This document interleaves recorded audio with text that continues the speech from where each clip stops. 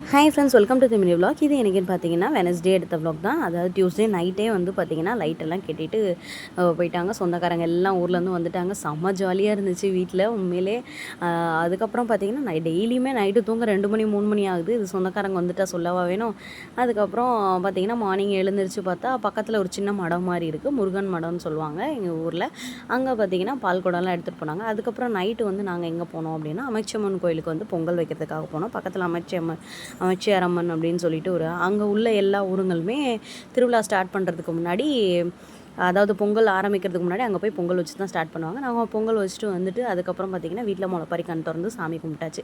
சாமி கும்பிட்டு எல்லாம் முளைப்பாரி தூக்குறதுக்கு தான் எல்லாம் வரிசையாக வந்து நின்றுட்டு இருந்தாங்க. அப்புறம் ஒவ்வொருத்தங்களுக்கு அவங்கவுங்க முளைப்பாரியை கீழே எடுத்துகிட்டு கொடுத்துட்டு இருந்தாங்க.